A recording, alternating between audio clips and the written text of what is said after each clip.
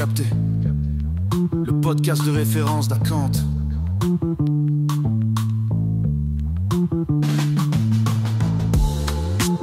Bonjour à toutes et à tous, bienvenue dans T'as capté, le podcast dédié à la cybersécurité.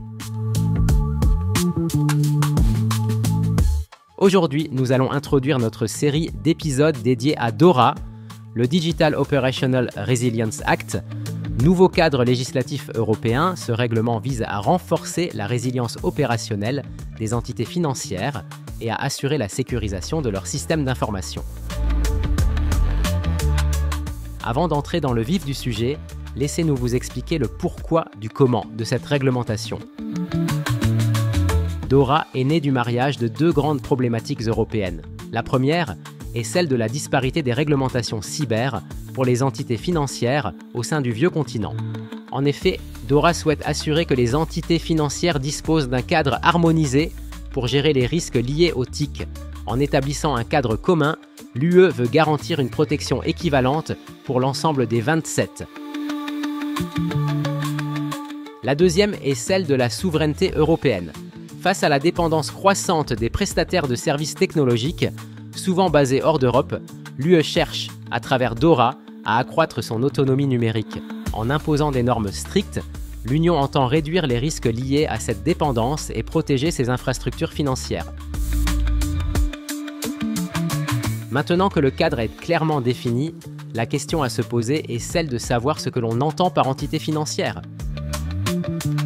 DORA s'applique à un éventail diversifié d'acteurs, notamment les établissements de crédit, les établissements de paiement, les sociétés offrant des services d'investissement financier, les prestataires de services cryptoactifs, les sociétés de gestion de portefeuille, ainsi que les assurances et réassurances.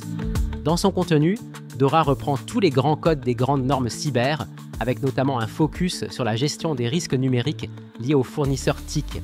Les TIC ou technologies de l'information et de la communication désignent l'ensemble des outils, réseaux, services et logiciels permettant de produire, stocker, traiter et transmettre des informations sous forme numérique. Cela signifie que si vous êtes une entité financière basée sur le sol européen, vous devez évaluer les vulnérabilités de vos systèmes et des applications ou logiciels utilisés en interne afin d'adopter des mesures pour les minimiser.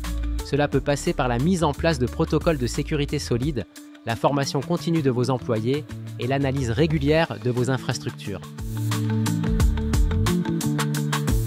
Il est essentiel de s'assurer que vos partenaires respectent également des normes de cybersécurité élevées, à minima équivalentes à celles que vous avez implémentées en interne.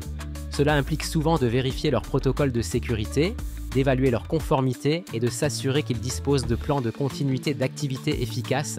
Cette obligation de due diligence est impérative afin de comprendre les risques liés aux prestations de services assurées par vos fournisseurs TIC. DORA dispose d'obligations relatives à la mise en place de tests réguliers de résilience numérique. En d'autres termes, votre organisation se doit d'effectuer des simulations d'incidents de sécurité afin d'évaluer votre capacité à réagir face à des pannes ou à des cyberattaques. Une autre exigence fondamentale concerne la notification des incidents.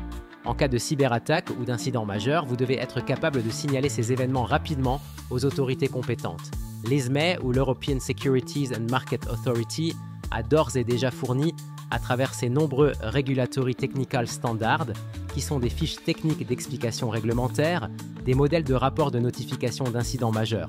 En France, rapprochez-vous de l'AMF et de l'ACPR en fonction de votre profil.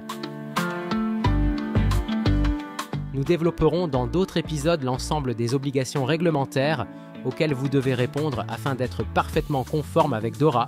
Cependant, voici d'ores et déjà les premières étapes à réaliser afin d'initier votre mise en conformité. Premièrement, réalisez une veille réglementaire afin de cartographier les exigences auxquelles vous êtes soumis. L'ensemble de la réglementation DORA ne s'applique pas de fait à toutes les entreprises du secteur financier. Le site officiel de l'Union européenne ainsi que le site de l'ESMA seront vos meilleurs alliés dans cette première étape. Suite à cela, réalisez un audit de votre organisation afin d'identifier les pratiques de sécurité à améliorer, comme vos différents processus de gestion des incidents de sécurité, de gestion des accès logiques, de votre analyse des risques si vous en disposez d'une et de votre plan de continuité d'activité. Ces sujets sont souvent ceux où les entreprises que nous accompagnons sont les moins matures, alors qu'ils représentent les piliers de votre système de sécurisation de l'information. Bien entendu, il est primordial en parallèle de cette revue d'initier des pentests ou tests d'intrusion, afin de vous assurer de la robustesse de vos infrastructures informatiques en simulant des attaques.